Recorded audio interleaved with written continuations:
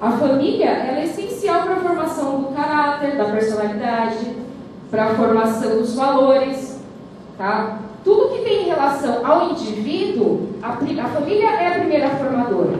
Nós não podemos nos aprofundar muito nessa história, porque também é muito leviano da nossa parte trazer poucas coisas e não ter tempo para discutir. É muita coisa para falar. Vamos fazer uma explorada bem rápida sobre a história da ética, tá? A ética, desde a antiguidade, ela já traz os seus vestígios. Desde a época pré-socrática, já tem alguns vestígios de discussão sobre a ética, tá? Na época de Aristóteles, Platão, Sócrates, que é muito bom, que eu sou fã de Sócrates, porque tudo que sei, nada sei, né? Aristóteles e Platão já diziam que a ética estava relacionada com a política. Por quê? Por causa da formação das cidades, da formação da sociedade, estava tudo relacionado com a política. Até porque a ideia de que o ser humano é um ser social vem dessa época. Na Idade Média, os princípios éticos estavam ligados à igreja.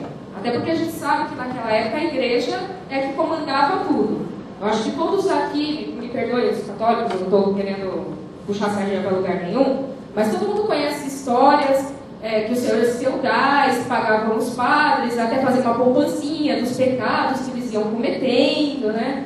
Aí o que acontecia? Ele sabia que ele podia pecar um pouquinho mais essa semana, né? Tudo isso estava relacionado com a moral e com a ética da época.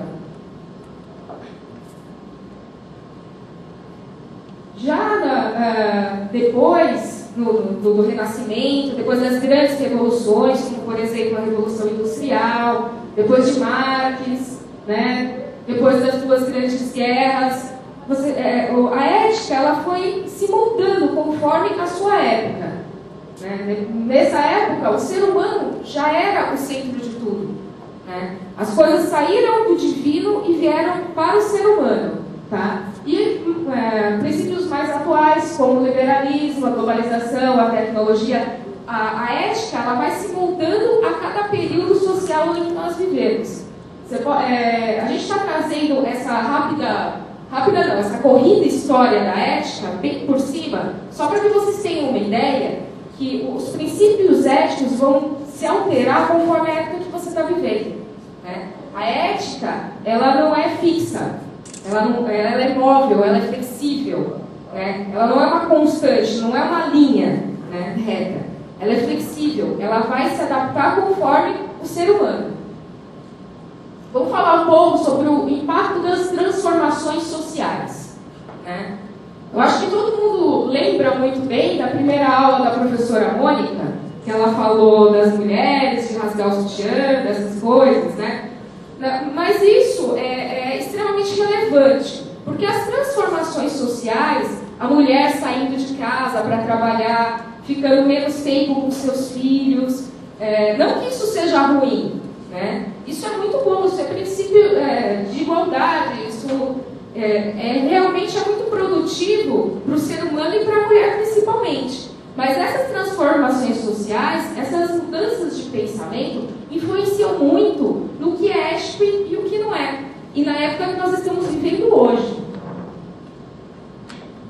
Por que eu falei isso? Porque hoje nós encontramos uma família completamente desfragmentada. Tá? Nós encontramos filhos sofrendo de solidão. Nós encontramos crianças deprimidas, né? Muitas vezes bitoladas em tarefas, e mais tarefas e mais tarefas diárias, porque não pode estar com os pais. Muitas vezes largadas na rua, os pais nem vêem onde está. Então, por que eu falei da questão das transformações? Antigamente, as coisas eram completamente diferentes. As mães tinham tempo de cuidar dos seus filhos, né?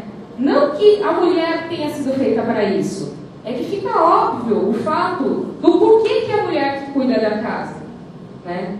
Por quê? Porque, imagina no tempo das cavernas, uma mulher com uma barriga desse tamanho correndo atrás de um javali. Né? Quem será que ia ganhar? Né? Acho que o javali que ia acabar comendo ela. Né? Então é muito óbvio o porquê a mulher vem com toda essa forma natural de cuidar da casa, cuidar de filho, cuidar daquilo. O que também desenvolveu habilidades que as mulheres têm completamente diferente. E hoje, através das transformações sociais, a ética, ela mudou muito. Nós até costumamos falar que o mundo de hoje, ele não tem ética nenhuma, né? Mas, na verdade, ele só vai se adaptando ao que está acontecendo, tá? Muitas crianças que estão soltas na rua acabam se desviando, indo para a criminalidade, né? Nunca teve tanta lotação em presídio. Nós temos que construir atualmente mais presídios do que escola, tá? Tudo isso advindo de uma transformação social que mudou os valores morais e os valores éticos. Ó, exemplo do que seria essa desfragmentação da família. Eu acho que todo mundo viu a reportagem dessa moça, né? Uma moça rica, uma moça bonita, que, entediada com a sua vida fácil, começou a buscar aventuras, né, com traficantes, realizando roubos. Todo mundo olha para ela e fala: nossa, não sei qual que é o problema dessa menina que ela vai procurar fora, ela tem tudo, né? Mas, na verdade, a solidão é tão grande que a pessoa tem que preencher com outros subsídios, tá? Isso está acontecendo muito hoje em dia, tá? E a questão das crianças está sempre entendida com alguma coisa, né? Alguns momentos que deveriam ser de prazer, como a escola, como o esporte, acaba trazendo desprazer porque eles fazem por obrigação. Tá? Os filhos estão sem limite, os pais sem esperança e o Estado sem solução. Né? Essa é a realidade que nós estamos trabalhando hoje. Pode parecer um pouco pessimista, mas nós estamos vivendo uma vida caótica, né? E a previsão não é muito boa, né? Por quê? Porque do jeito que a sociedade está evoluindo, com certeza não chega muito longe. Porém, né, todos podemos mudar isso. Basta você refletir, se conscientizar e não só falar, começar a agir um pouquinho mesmo. Vamos falar um pouquinho sobre mídia, né? Nós costumamos falar que a mídia é o